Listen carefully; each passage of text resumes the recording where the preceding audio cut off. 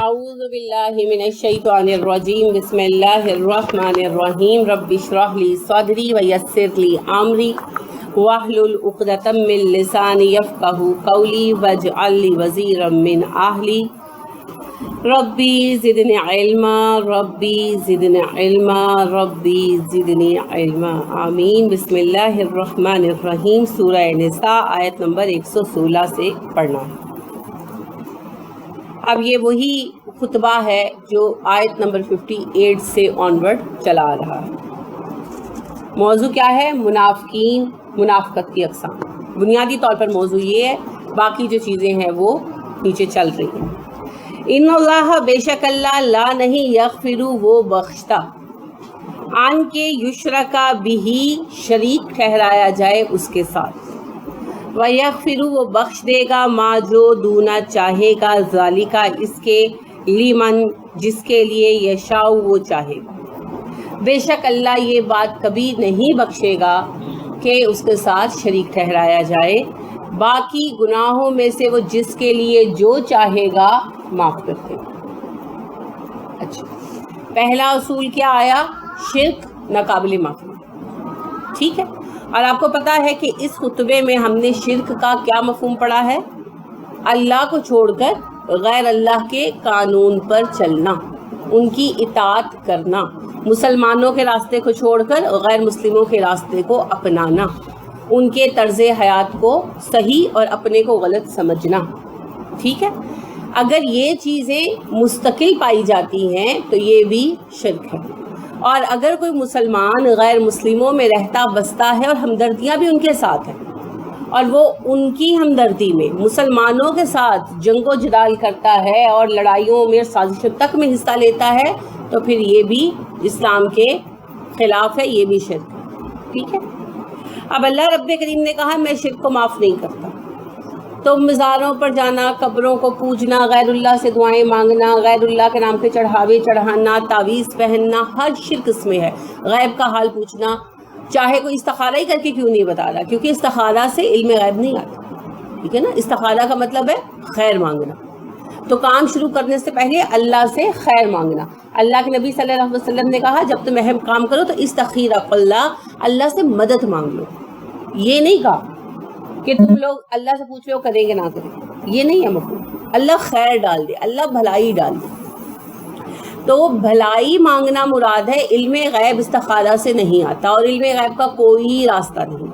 یہ ایک عام شرک ہے نا، اس وجہ سے میں اسے دہرا رہی ہوں، حالانکہ بات تو ہم پہلے بھی کر چکے ہیں۔ تو کسی سے ہاتھ دکھا کر علم غیب پوچھنا، اصل میں وہ بھی علم غیب ہی ہوتا ہے کہ میرا مستقبل کیا ہوگا، تو وہ بھی علم غیب پوچھنا ہے۔ تو رسول اکرم صلی اللہ علیہ وسلم نے کہا علم غیب کسی کے پاس نہیں ہے۔ اگر میری امت میں کسی کے ساتھ فرشتے مخاطب ہوتے کسی غیر نبی کے ساتھ، تو وہ صرف عمر ہوتا۔ اور یہ بھی فرمایا آپ صلی اللہ علیہ وسلم نے کہ میری امت پر علم غیب کے سب دروازے بند کر دیے گئے سوائے سچے خوابوں۔ تو وہ تو آپ کو بھی کبھی نہ کبھی ہوا ہوگا، کبھی دیکھا ہے خواب ایسا؟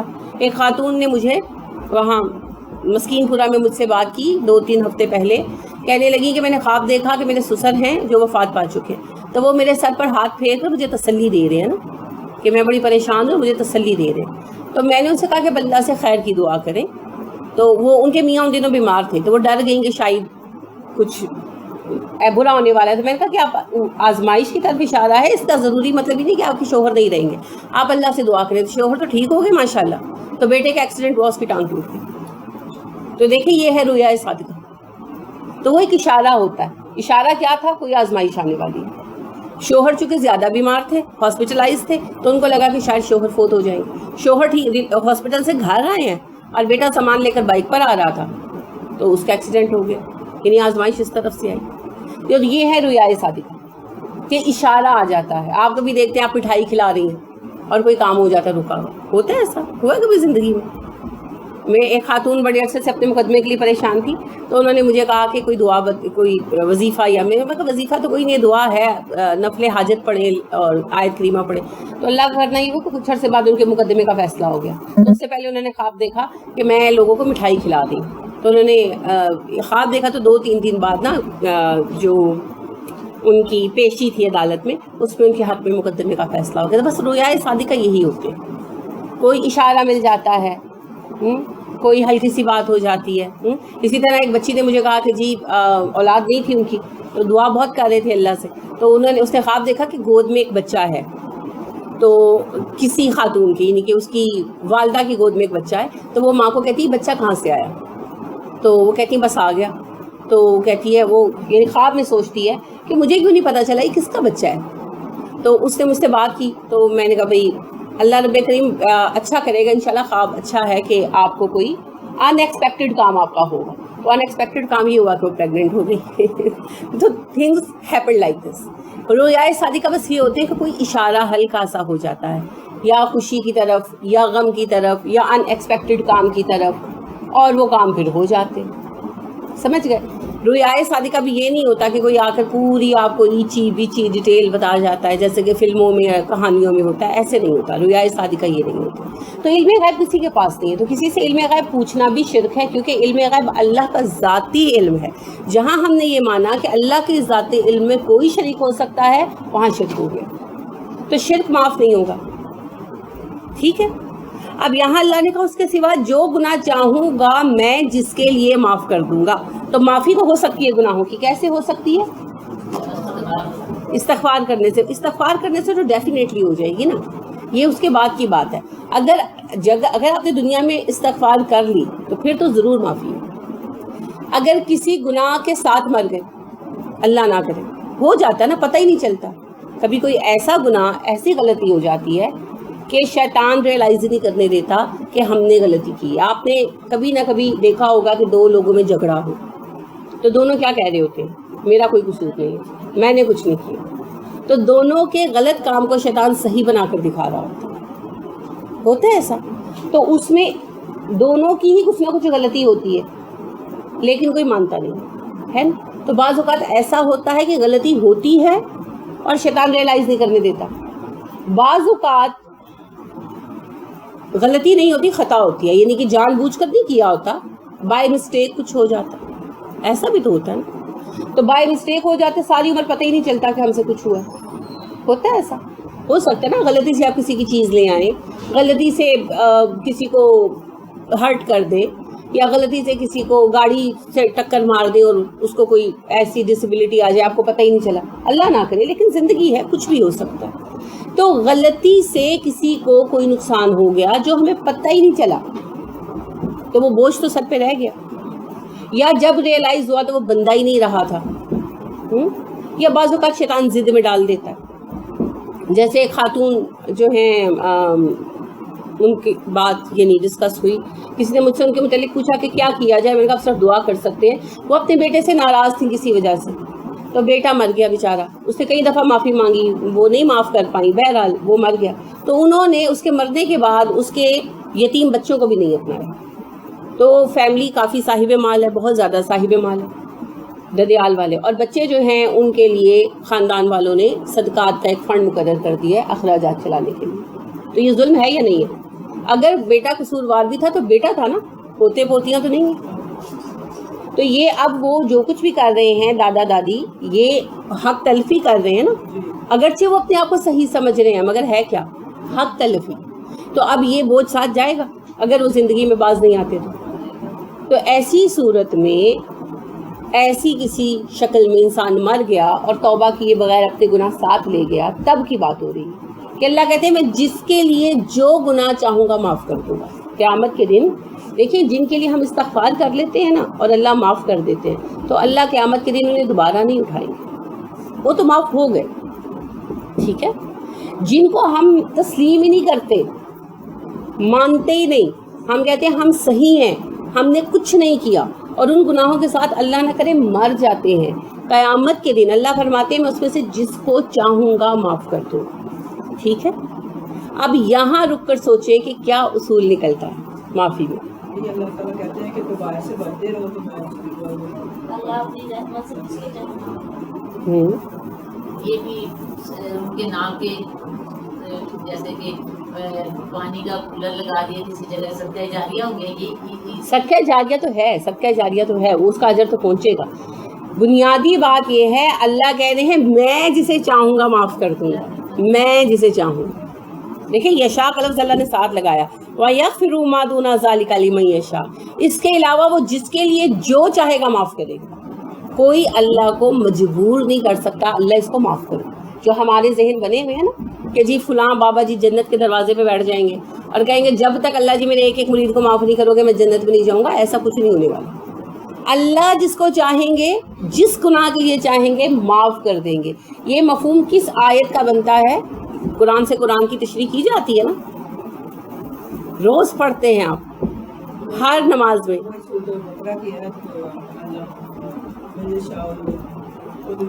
یغفر لمن یشاء ویعذب من یشاء، وہ بھی تشریح ہے اس آیت کی جس کی میں بات کری کہ آپ ہر نماز میں پڑھتے ہیں. مالک یوم الدین پڑھتے ہیں، یہ مفہوم ہے مالک یوم الدین. سورہ بقرہ کی وہ آیت بھی مالک یوم الدین کا مفہوم ہے، یغفر لمن یشاء ویعذب من یشاء. اور یہ آیت وَيَغْفِرُ مَا دُونَ ذَلِكَ لِمَن يَشَاءُ یہ بھی مالک یوم الدین کی تشریح ہے. تو اللہ نے جو خصوصیت سے کہا نا کہ میں آخرت کے دن مالک ہوں، اس کا مطلب یہ نہیں کہ دنیا میں ملکیت اور کسی کی ہے. اللہ نے یہ کہا کہ اس دن جو عارضی ملکیت ہے وہ بھی ختم ہو جائیں گی، فیصلہ اکیلا میں کروں گا، اونلی می. تو یہاں وہی بات اللہ فرما رہے ہیں. ٹھیک ہے، اب دیکھیے اصل آپ دیکھیے ایک موضوع چل رہا تھا نا، اس میں لگ رہا ہے کہ ٹویسٹ آ گیا، ایک دم موضوع چینج ہو گیا. چینج نہیں ہوا، اللہ خطرات سے آگاہ کر رہے ہیں. اگر تم غیر مسلموں کے طرز عمل پر چلو گے تو وہ تمہیں کس طرف لے کر جائیں گے. یہ بات اب شروع ہونے لگی. اس کا آغاز اللہ نے اس سے کیا. سب سے پہلے شرک کی مصیبت بتا دی. شرک ناقابل معافی ہے، اور ناقابل معافی شرک میں کیا کیا چیزیں شامل ہیں؟ اللہ کو واضح طور پر ایک سے زیادہ ماننا، وہ تو کوئی مسلمان کبھی بھی نہیں مانے گا. اور یہاں تو شرک کا خطرہ بار بار مسلمانوں کے لیے بتایا جا رہا ہے. تو پھر مسلمان کیسے شرک کرتے ہیں؟ اللہ کے سوا دوسروں کے قانون کو مان کر، اللہ کے دین کے سوا غیر مسلموں کے دین پر چل کر، اللہ رب کریم کے سوا دوسروں کو نذرانے دے کر، دوسروں سے حاجتیں اور مرادیں مانگ کر، اللہ کے قانون کو درست نہ مان کر، علم غیب کی تلاش میں ادھر ادھر بھٹک کر، طاغوت کی فرما برداری کر کے، فیصلوں اور قوانین میں اللہ کی بجائے غیر اللہ یعنی طاغوت کو مان کر. پھر آپ دیکھیے کہ اپنی خواہش نفس کی پیروی کر کے، ہے نا. رسول اکرم صلی اللہ علیہ وسلم کی حدیث بہت واضح. رسول اکرم صلی اللہ علیہ وسلم نے ارشاد فرمایا شرک تمہارے مابین اس طرح آئے گا، یعنی جو اللہ بار بار کہتے ہیں نا کہ ہم نے آپ کو حکمت عطا کی، تو حکمت کس طرح آپ کو دی؟ علم کے ساتھ. یہ حدیث اس کو اتنا خوبصورت واضح کرتی ہے نا. میں جب بھی یہ حدیث پڑھتی ہوں یا سناتی ہوں مجھے یاد آ جاتا ہے کہ وہ آپ کو حکمت سکھاتے ہیں، وہ نبی آپ کو حکمت سکھاتے ہیں. آپ صلی اللہ علیہ وسلم نے فرمایا شرک تمہارے مابین اس طرح آئے گا جس طرح سیاہ اندھیری رات میں سیاہ پتھر پر سیاہ چونٹی. اب آپ دیکھیں جس رات چاند بھی نہ ہو لوڈ شیڈنگ ہوئی، کیونکہ لائٹ کی وجہ سے ہمارے ہاں مستقل اندھیرا کبھی نہیں ہوتا. اگر ہم ساری بتیاں بھی بند کر دیتے ہیں نا تو وہ جو ہم نے مچھروں والے میٹ لگائے ہوتے ہیں ان کی چھوٹی چھوٹی لائٹ، جو چارجر لگے ہوتے ہیں ان کی LEDیاں، موبائلوں کی LEDs وغیرہ وہ جل رہی ہوتی ہے نا، تو اس کی وجہ سے ہلکی ہلکی لائٹ رہتی ہے. لہٰذا وہ ڈارکنس جو اماوس کی رات میں ہوتی ہے وہ ہمیں کب سمجھ آتی ہے؟ جب رات کو لائٹ چلی جائے، لوڈ شیڈنگ ہو جائے. اماوس کی رات ہو، لوڈ شیڈنگ ہو جائے تو کالے پتھر پر کالی چونٹی نظر آئے گی، کسی طرح شرک نظر نہیں آتی. تو جب کہتے ہیں نا کہ آپ شرک کرتے ہیں تو وہ کہتے ہیں ہم شرک نہیں کرتے، ہم شرک نہیں کرتے. حالانکہ کفار مکہ تک کا شرک یہی تھا. کیا وہ اللہ کو مانتے تھے؟ مانتے تھے. دلیل نام رکھتے تھے. آپ دیکھیں ابن عباس کے بیٹے کا نام عبداللہ نہیں تھا، اور کتنے ہی بچے تھے عبداللہ، ٹھیک ہے. اور ابو بکر کے بیٹے کا نام کیا تھا؟ عبد الرحمن. سب نام رکھے ہوئے تھے اور اللہ کو مانتے تھے اور کعبے کا حج اللہ کے لیے کرتے تھے اور باقاعدہ تلبیہ بھی وہی پڑھتے تھے جو آج ہم پڑھتے ہیں. اور پھر آخر میں ایک جملہ ایڈ کرتے تھے، کہتے تھے اللہ جی ہم حاضر ہیں، ہم تیرے لیے حاضر ہیں، تیرا کوئی شریک نہیں ہے سوائے ان کے جنہیں تو نے اپنا شریک بنا دی. ہمارا تلبیہ چینج نہیں کیا گیا، وہ آخری لائن کٹوا دی گئی. ٹھیک ہے. تو وہ کیا مانتے تھے کہ جو نیک افراد ان کے درمیان جنہیں وہ نیک مانتے تھے وہ سارے کے سارے اللہ رب کریم نے چن لیے, اور ان کو چننے کا مطلب یہ ہے کہ ان کو مختلف ڈیوٹیز دے دی. ٹھیک ہے. مجھ سے ایگزیکٹلی یہی سوال کسی نے کیا. ایک خاتون مجھے کہنے لگی جب یہ بات ایک آیت کی ریفرنس میں ہو رہی تھی کہ اللہ نے کسی کو کوئی اختیار دے دیا, تو کہنے لگی تو پھر بزرگان دین کا کیا مقصد ہے, یعنی جو نیک لوگ ہیں ان کی زندگی کا کیا مقصد ہے, کیا مقام. تو آپ دیکھیے کیا مقام ہے, کیا مقصد ہے. انہوں نے بندگی کی, وہ جنت پائیں گے, خدائی تھوڑی پائیں گے. بندگی کی جنت پائیں گے. بندگی کا بدلہ کیا ہے؟ جنت ہے. خدائی تھوڑی مل جانی ہے. پھر تو ہر نیک بندے کو کچھ نہ کچھ خدائی ملنی چاہیے نا. جو بھی بندہ نیک ہے تھوڑی سی ملے پھر ملنی چاہیے. تو وہی شرک ہم کرتے ہیں, ہم صرف سمجھتے ہیں. تو دعا کیا کریں, پہ غصہ نہ کیا کریں. پتہ ہے کیوں؟ عقل بند ہو جاتی, شیطان عقل بند کر دیتا, ان کو سمجھ نہیں آتی, سامنے کی بات سمجھ نہیں آتی. تو ان کے لیے دعا کیا کریں. جنہیں توحید سے چڑھ ہے, جو توحید سے بھاگتے ہیں, اللہ انہیں توحید کا جام پلائے اور توحید کی محبت عطا کرے, کیونکہ شرک رائی برابر بھی جہنم میں لے جائے گا. لہٰذا آپ دیکھیے کہ ریا کاری کو رسول اکرم صلی اللہ علیہ وسلم نے دجال سے بھی بڑا فتنہ کہا نا. یاد ہے نا حدیث کہ آپ صلی اللہ علیہ وسلم کمرے سے اپنی حجرے سے نکلے, مسجد میں صحابہ بیٹھے ڈسکشن کر رہے تھے. تو آپ نے پوچھا کیا باتیں چل رہی ہیں؟ صحابہ نے کہا جی ہم دجال کے بارے میں ڈسکشن کر رہے ہیں. تو آپ صلی اللہ علیہ وسلم نے کہا تمہیں دجال سے بڑے فتنے سے آگاہ کروں. اور یاد رکھیں رسول اکرم صلی اللہ علیہ وسلم کی یہ بھی حدیث ہے بالکل صحیح کہ آپ صلی اللہ علیہ وسلم نے ارشاد فرمایا دجال سے بڑا کوئی فتنہ نہیں ہے جس کے متعلق ہر نبی نے اپنی امت کو وارن کیا ہو, آگاہ کیا ہو, مگر میری امت کے سوا کسی امت کو یہ فتنہ پیش نہیں آئے گا. ٹھیک ہے. تو پھر آپ صلی اللہ علیہ وسلم نے جب یہ کہا تو صحابہ شاکڈ ہو گئے. انہوں نے کہا اللہ کے نبی صلی اللہ علیہ وسلم کیا دجال سے بھی بڑا کوئی فتنہ ہے؟ آپ نے فرمایا ہاں ہی شرک خفی, وہ پوشیدہ شرک ہے. صحابہ نے کہا شرک خفی کیا ہے؟ آپ نے فرمایا الریا شرک الخفی, ریا شرک خفی ہے. اور اس کی تفسیر میں علامہ ابن حجر اسقلانی بہت خوبصورت بات کہتے ہیں, یعنی چیز کرسٹل کلیئر ہو جاتی ہے. وہ کہتے ہیں ریاکاری کو شرک خفی اس لیے کہا, شرک اس لیے کہا کہ بندہ اللہ کی رضامندی کے لیے عبادت اور بندگی کرنے کی بجائے اپنی تعریف کروانے کے لیے بندگی کرتا ہے, تو وہ اصل میں اپنے آپ کو سب کچھ سمجھتا ہے نا, اپنے آپ کو پوچھتا ہے. تو اگر اپنی خواہشات کو ماننا شرک ہے تو دوسروں کی خواہشات اور بڑوں کی خواہشات کو ماننا شرک نہیں ہے پھر. اور آپ کو پتا ہے اللہ سورہ فرقان میں بھی فرماتے ہیں کیا آپ نے اس بندے کو نہیں دیکھا جس نے اپنے نفس کو اپنا خدا بنا رکھا؟ تو اس کی تفسیر میں پھر علماء یہی حدیث کوٹ کرتے ہیں. تو لہٰذا اللہ کی رضا کے سوا کسی کی رضا کی طرف جانا شرک خفی ہے. اور پھر وہ حدیث بھی یاد رکھیے رسول اکرم صلی اللہ علیہ وسلم نے فرمایا کہ جہنم کی آگ 3 افراد سے بھڑکائی جائے گی, ہے نا. کون ہوں گے؟ مسلمان, اور مسلمانوں میں بھی عالم, سخی اور شہید.